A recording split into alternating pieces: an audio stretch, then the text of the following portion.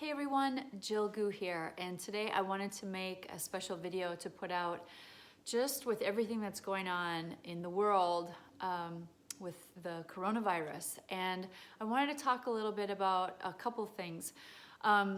First thing is that this is put us into a big place of uncertainty because there's a lot of unanswered questions that we have and things we don't know.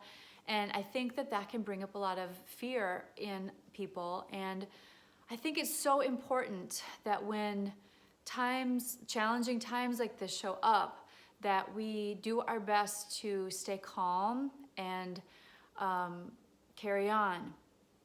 And there are so many lessons that we can learn within this instead of looking at it as,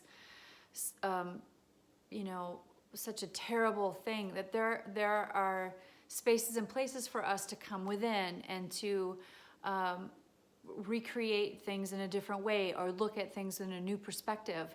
Someone was just telling me the story about Italy and how that country kind of got hit early on, and that people have figured out how to be quarantined from each other, but they're out on their balconies and they're talking across their balconies and they're having dinner together even though they're separated, and they're playing music for each other and they're laughing and talking and they're figuring it out. They're figuring out how to stay in community and still be quarantined and still, work through this process of what needs to happen as we're figuring out what to do with this.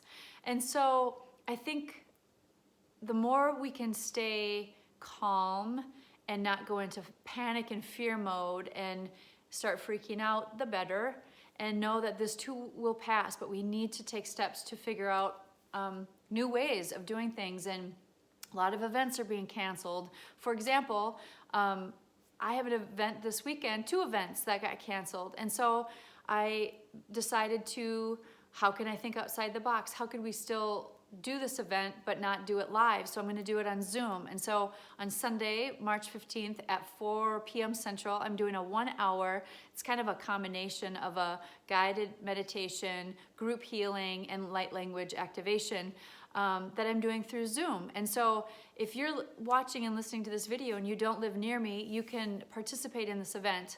And people that were planning on coming in person because the event center closed, we can still do this. So that's just an example of how we have to shift our thinking and look outside of what our normal patterns and habits and our schedules and the way we've been doing things.